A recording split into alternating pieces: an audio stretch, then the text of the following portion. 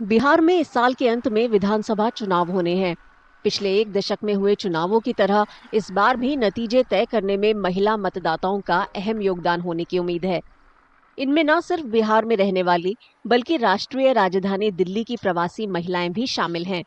अपने राज्य जाकर वोट डालने का मजबूत इरादा रखने वाली कई महिलाओं का कहना है कि उनकी प्राथमिकता राज्य का दीर्घकालिक विकास है। उनकी मुख्य चिंता बिहार में बेरोजगारी है। इसकी वजह से बड़े पैमाने पर लोग दिल्ली और दूसरे शहरों की ओर पलायन कर रहे हैं। जैसे अभी हो रहा है बिहार में, तो हम लोग सरकार से यही गुजारिश करेंगे कि हम लोग जो उतना हम लोग का खेत है, खलिहान है, बहुत ज़्यादा ज़मीन जथा है, लेकिन फिर भी अपना जीवन यापन करने के लिए हम लोग यहाँ पे दिल्ली में हैं, बच्चे के परवरिश के लिए, क्योंकि वहाँ पे कोई रोज़गार नहीं है। हमारे आदमी वहाँ पे क्या करेंगे रह के? खेत खलिहान, किसान का क्या हालत है बिहार में पता ही है आप लोगों को। तो हम लोग सरकार से यही बोलते हैं कि ये इधर उधर की बातें छोड़ करके वहाँ पे व्यवसाय दे। वहाँ पे काम नहीं मिलता, अगर हमें काम वहाँ मिले तो फिर हम यहाँ क्या करने आएंगे। हमारे बिहार तो कहने के लिए बहुत तरक्की कर रखे हैं, पर हमारे नज़र में इतनी डेवलप नहीं है। अगर हमें यहाँ नौकरी मिले तो फिर हम यहाँ क्या करने आएंगे। शिक्षा ही कहने के लिए कहते हैं बहुत ये होते होते, पर हमें शिक्षा बिहार में ढंग की नहीं मिलती। सभी तो हम बाहर आते हैं पढ़ाई करने के लिए, काम करने के लिए बाहर आते हैं।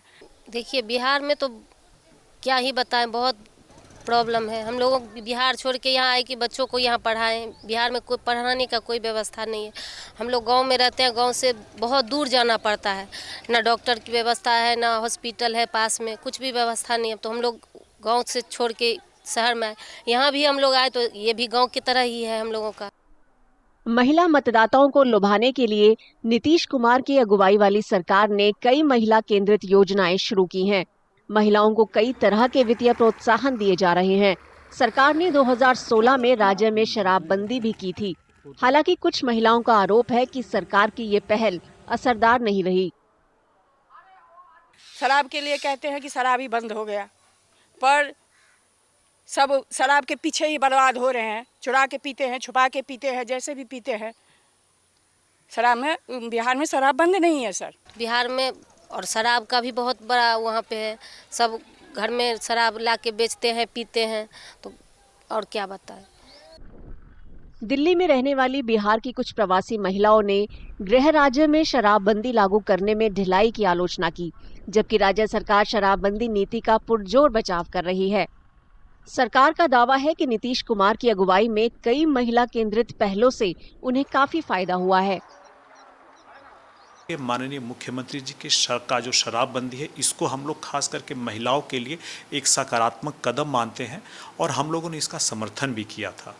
हम लोग चाहेंगे कि महिलाओं के लिए अभी तक जो नीतीश कुमार जी ने किया है, हम बिहारी फर्स्ट माध्यम से उससे भी कुछ बेहतर उनके लिए कर पाएँ और शराबबंदी को लेकर के जो फ़ायदा महिलाओं को मिला है भी उनके परिवार को चलाने में, हम लोग चाहेंगे कि कुछ ऐसा वैकल्पिक व्यवस्था भी बने ताकि उनकी आमदनी में इजाफा हो। शराबबंदी का काम बिहार के लिए बहुत महत्वपूर्ण हुआ।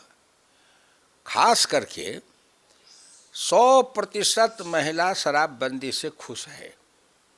100%। नरेंद्र मोदी महिला सशक्तिकरण के नाम पर जीविका का काम किया है, सेल्फ हेल्प ग्रुप का काम है, एफपीओ का काम है। विपक्ष का भी आरोप है कि शराबबंदी लागू करने में ढिलाई हुई है। राज्य भर में शराब की अवैध बिक्री बढ़ गई है।